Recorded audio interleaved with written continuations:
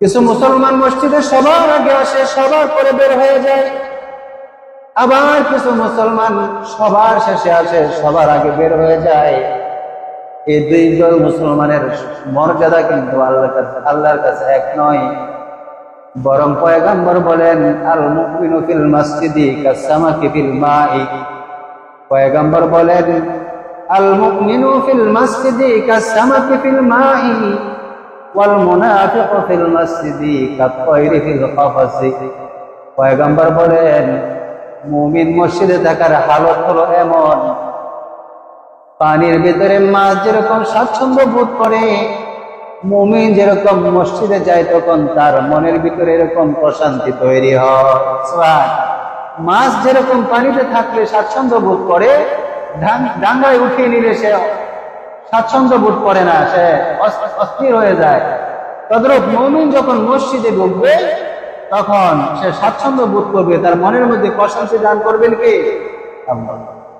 তো পয়গম্বর বলেন, আল মুমিনু ফিল মাসজিদি কাসসামাকি ফিল মাই। মুমিন যখন মসজিদে ঢুকবে তার হালত হবে পানিতে থাকা মাছের মতো। আর এর বিপরীত দিতে হয়, ওয়াল মুনাফিকু ফিল মাসজিদি কাত-তায়রি ফিল কাফাসি। কোন মুনাফিক যখন, যার ঈমানের মধ্যে গন্ডগোল আছে, এমন মুনাফিক যখন মসজিদে ঢুকবে তার হালত হবে খাঁচায় বন্দি পাখির মতো, সে ছটফট করতে থাকবে। খাঁচায় বন্দি পাখি যেরকম ছটফট করে বের হওয়ার জন্য, ইমানে গন্ডগোল কোন মুমিন যদি মসজিদে ঢুকে সে কখন মসজিদ থেকে বের হবে ছটফট ছটফট করতে থাকবে, সে প্রশান্তি পাবে না। ওয়ারাজুলুন কলবুহু মুআল্লাকুন ফিল মাসাজিদ। হাশরের ময়দানে আল্লাহর আরশে আযমের ছায়ার নিচে কিছু মানুষ জায়গা পাবে।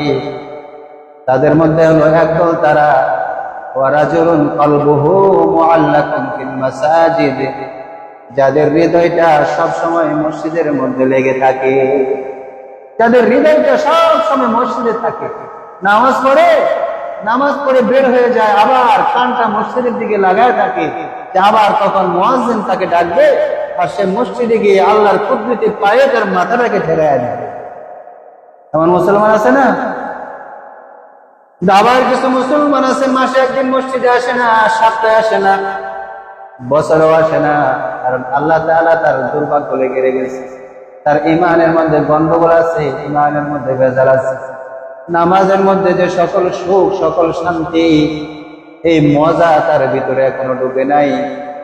যদি বুঝতো দুনিয়ার সব কাজ বাদ দিয়া আল্লাহর ঘরে এসে আল্লাহর কুদরতি পায়ের মধ্যে তার মাথাটা ঠেকিয়ে দিয়ে আল্লাহর কাছ থেকে সে শান্তি তালাশ করতো। বুঝতে হবে ইবাদতের মজা বুঝতে হবে। আর ইবাদতের মজা বোঝা যাবে কখন? যখন আমি হালাল খাবার ভক্ষণ করব, তখন বোঝা যাবে। যখন হালাল খাবার খাবো তখন বোঝা যাবে। এই জন্য দোয়া কবুল হওয়া, ইবাদত কবুল হওয়ার 1 নম্বর শর্ত হলো হালাল খাবার খাওয়া। হারামে কোনো সুখ নাই, হারামের মধ্যে কোনো সুখ নাই। হারাম খায় ইবাদত করলে ইবাদতের মনোযোগ